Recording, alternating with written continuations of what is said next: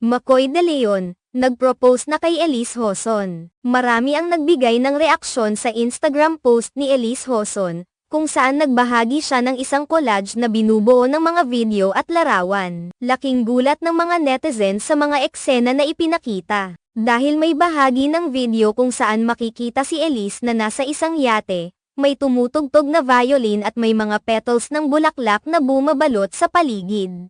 Ayon sa mga nagkomento, tila sobrang damdamin ng eksenang ito at nagpapaalala ng isang espesyal na okasyon. Subalit ang pinakamatinding bahagi ng video ay ang huling clip kung saan makikita si Elise na umiiyak. Wala itong audio, kaya naman nag-umpisa ang mga haka-haka ng mga fans tungkol sa tunay na dahilan ng kanyang emosyon. Dahil wala namang nakasaad na paliwanag sa video.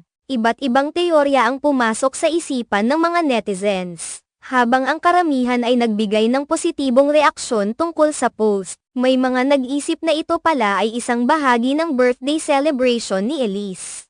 Gayunpaman, maraming nagmungkahi ng mga iba't ibang posibilidad na hindi naitindihan ng mga tao. Ilan sa mga fans ay nag-isip na baka nag-propose na si McCoy De Leon kay Elise, kaya't siya ay naging emosyonal sa sobrang saya. Samantalang mayroon namang mga nagsasabi na baka may kinalaman ang video sa isang malungkot na pangyayari, gaya ng paghihiwalay nila ni McCoy, sapagkat wala naman si McCoy sa lahat ng mga larawan at video na ipinost ni Elise. Ang mga haka-haka ng mga netizen ay patuloy na nagpapalakas ng usapan, at tila nagkaroon ng sari-saring interpretasyon tungkol sa pinagdadaanan ng magkasintahan. May ilang fans na nagsabi na ang yate na nakita sa video ay espesyal sa kanilang dalawa, at ito ay may kahulugan dahil doon din sila nagkabalikan noon. May mga nagsabi ring posibleng nagkabalikan na nga ang dalawa, at bilang bahagi ng kanilang rekonsilyasyon, nagpunta sila sa parehong lugar kung saan nangyari ang kanilang mga magagandang alaala. Ang mga komento ng fans ay patuloy na dumating, na nagpapakita ng kanilang interes sa relasyon ni McCoy at Elise. Ayon sa ilan,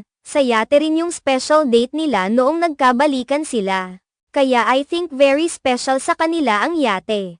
May isa naman nagsabi, I think nagkabalikan sila, kaya sa yate sila ulit nagpunta. Samantalang ang iba naman ay nagsabi, parang nag-propose na si McCoy kay Elise, kaya siya umiiyak. Ang mga komentong ito ay nagbigay ng ideya na ang bawat galaw at post ni Elise ay sinusubaybayan ng mga fans, at ipinapakita ng kanilang mga reaksyon kung gaano nila kaintriga at kainteresado ang relasyon ng dalawang kapamilya stars. Sa kabila ng lahat ng haka-haka, tila ang tanging nakikita ng mga netizen ay ang malalim na emosyon na ipinapakita ni Elise, na nagbigay ng pagkakataon para mag-isip ang lahat ng mga posibilidad.